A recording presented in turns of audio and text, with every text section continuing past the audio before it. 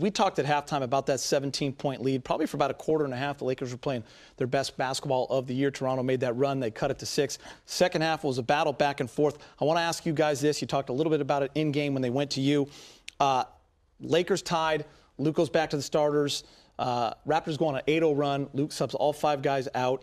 Raptors go on a 14-0 run, and the second unit just never able to really get them back in that ball game, even though the effort was there. Fish, what did you see during that time?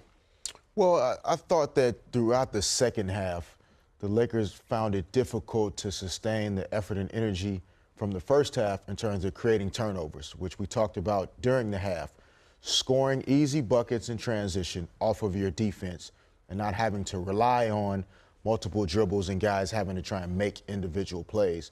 And in the second half, instead of creating those turnovers, I thought the Lakers had some sloppy turnovers that led to kind of runouts for the Raptors. And you know, veteran guys like Kyle Lowry, DeMar DeRozan put their stamp on the game and really kind of just took control of this game. They got more physical, and they showed the difference between being a grown man team and being a young team like a lot of the Lakers are. And James, you look at the turnovers, 21 of them. It's been an issue all season long. I know it's only 5 games, but that led to 24 points. Also, the Lakers, 3 for 23 from three-point range.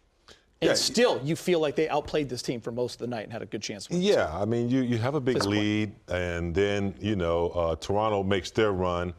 Then a little bit of panic sets in. Instead of continuing to trust what you've been doing, move the ball, wait, be a little bit more deliberate, find a good shot, you go back to your old style, what you're more comfortable with. I thought Clarkson got into getting into a lot of one-on-one, dribbling into the teeth of the defense, making, late passes, and then trying to rely on the 3 a little bit too much. Instead of being a little bit more patient and letting the offense flow, your defense has to continue to do well, but you can't turn it over. You can't turn it over during that process. Yeah, and this is also where you see sometimes the downside of the equal opportunity making plays in offense and shot selection. Because, one, with a high assist team, you will have the tendency to have a few more turnovers.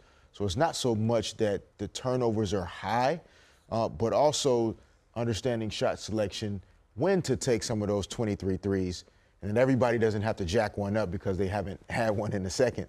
And so just things that, as an NBA player, you learn over time, that early in the season, they cost you these type of games. And so they'll have to learn from this quickly, though, because now they're getting on the plane to go to Salt Lake City, and that'll be a tough game to try and win.